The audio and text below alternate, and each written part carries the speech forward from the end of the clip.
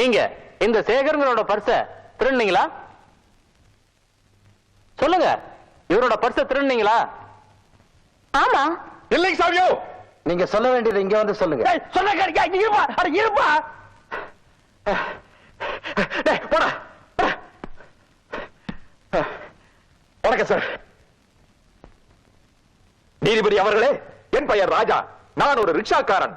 நான் என்னுடைய சவாரியை முடித்துக் கொண்டு பொன்னுசாமி தேர்வின் வழியாக வந்து கொண்டிருந்த பொழுது கீழே விழுந்த மணிப்பர்ஸை இந்த பெண்மணி எடுத்து உரியவரிடம் சேர்ப்பித்திருக்கிறார். ஆனால் அதை தவறாக புரிந்து கொண்டு இந்த பெண்மணி தன்னுடைய மணிப்பர்ஸை பிக்பாக்கெட் அடிப்பதாக நினைத்துக் கொண்டு அவரை குற்றவாளி கூண்டுக்கு இழுத்து வந்திருக்கிறார். மன்னித்துக் கொள்ளுங்கள், அழைத்து வந்திருக்கிறார். அந்த பர்ஸ திருநதா அவங்களே ஒத்துக்கிட்டாங்க. இல்லை நீதிபதி அவர்களே, இந்த பெண் போலீஸ் வேலையை அழைத்து வரும்போது விரட்டப்பட்டிருக்கிறாள், உருட்டப்பட்டிருக்கிறாள், பயமுறுத்தப்பட்டிருக்கிறாள். அவர்களுடைய பயமுறுத்தலுக்கு பயந்துதான் செய்யாத குற்றத்தை அவள் ஒப்புக்கொண்டிருக்கிறாள். நீதிபதி அவர்களே, ஒரு அபலை பெண்ணை தண்டிப்பதற்கு முன்னால் அவருடைய எதிர்காலத்தை பற்றி நீங்கள் சற்று சிந்திக்க வேண்டுகிறேன். ஒரு பெண் இந்த அளவுக்கு நெடுநெடுவென்று வளர்வதற்கு அவள் கடந்து வந்துள்ள காட்டார்கள் எவ்வளவு என்று நீங்கள் எண்ணி பார்க்க வேண்டும். தண்ணீரை குளித்து தீயினால் சமைத்தல்லவா அவள் சாப்பிட்டிருக்க வேண்டும். இவ்வளவு அவள் எதற்காக செய்தார்? தன்னுடைய எதிர்காலம் சிறப்பாக அமைய வேண்டும், தனக்கு ஒரு நல்ல கணவன் புருஷனாக வர வேண்டும் என்பதற்காகத்தானே.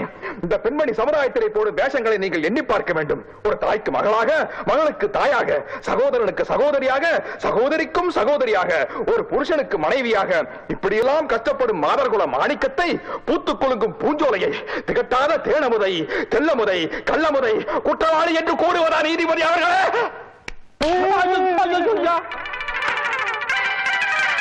10 ரூபா வாங்கிட்டு போற கேசியா அதுக்கு இப்படி பேசிட்டு இருக்கான். ஒரு பெண்ணின் கண்ணீர் பன்னீராக மாற வேண்டுமே ஒழிய வெந்நீராக மாறக்கூடாது நீதிபதி அவர்களே. ஆகவே தாங்கள் இருதலையுடன் பாராமல் ஒரு தலையாக யோசித்து மறுபரிசீலனை செய்து அந்த பெண்ணுக்கு புனர்வாழ்வு கிடைக்குமாறு நான் கேட்டுக்கொள்கிறேன். அப்போதுதான் இந்த நாடே உங்களை பாராட்டும், சீராட்டும், தேரோட்டும், காரோட்டும், ஈரோட்டும்.